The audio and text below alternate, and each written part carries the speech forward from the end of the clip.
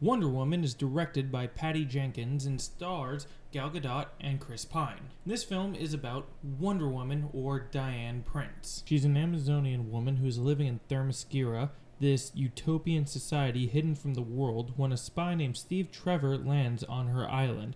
It's then that she learns about the war to end all wars, and she goes with Steve into the real world to stop a god she believes is behind World War I.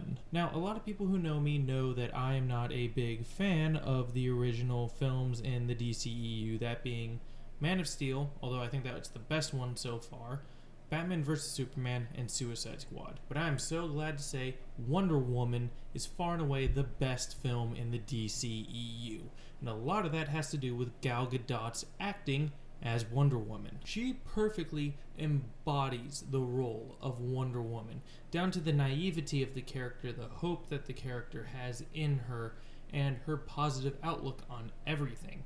Gal Gadot did a fantastic job as Wonder Woman in those situations. And Patty Jenkins' directing and her use of color in this film is fantastic. I mean, we start out in Themyscira, which is a very colorful and vibrant place that is virtually untouched from the world. So the colors are all vibrant, it's full of hope and optimism, and Themyscira is basically a utopia. But once Diane leaves there, we go into London, which is a drab, dry place with not much hope in it, and is a very dark and muted color tone. As is everything that happens in Belgium and in World War I during this film, except for Diane Prince's, or Wonder Woman's, suit. It is a very colorful and vibrant suit, much like what we see in Themyscira, representing the hope that she has in her and the hope that she brings from this world. That was something that I thought was very smart. I thought Patty Jenkins portrayed that perfectly, and I think the way that she directed the action scenes with Wonder Woman was also fantastic. It has that Zack Snyder feel to it, where you know this is in the same universe, but with a little bit of Patty Jenkins' flair to it. And I loved it. With the context of what they were doing, along with the villain, the World War I setting worked perfectly. This was the war to end all wars. Everybody thought that the world was going to end after this war. So having a villain being the god of war, the one behind World War I, to me was a very smart idea. The villain was fantastic as well.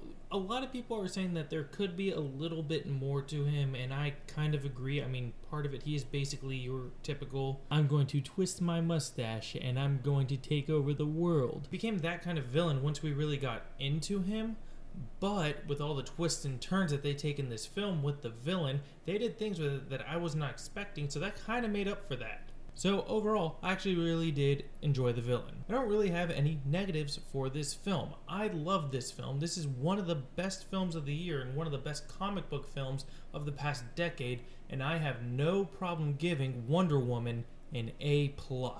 Yeah, the two films I have given an A+ to so far this year have been Logan and Wonder Woman, two comic book films. But I would still give the upper hand a little bit to Logan, mostly because Wonder Woman still feels like a big superhero film. Yes, it is set in World War I, it has a slightly smaller scope than most of the bigger superhero films, but it still feels like a superhero film, particularly in the last act. While Logan felt like a completely independent film with its pacing and the way it treated everything, it just happened to have superheroes in it. So for me, that worked a little bit more.